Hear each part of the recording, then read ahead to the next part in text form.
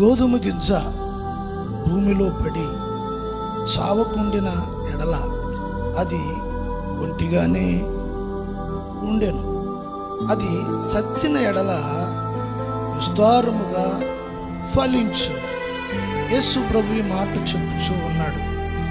యేసు ప్రభు మరణించి సమాధి చేయబడిన తరువాత ఆయన 3వ దినాన్న తిరిగి లేచారు. దేవునికి స్తోత్రము కలుగునుగాక.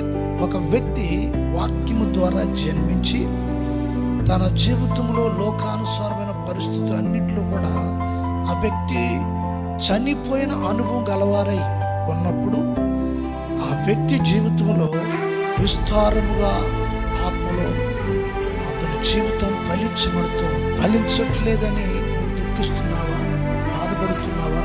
అయితే ప్రభు అంటున్నాడు, నీలో చాలా విషయాల్లో నీవు చనిపోయినప్పుడే నీ జీవితము విస్తారముగా ఫలభరితముగా ఉంటుంది. దేవుడు నిన్ను దీవించునుగాక.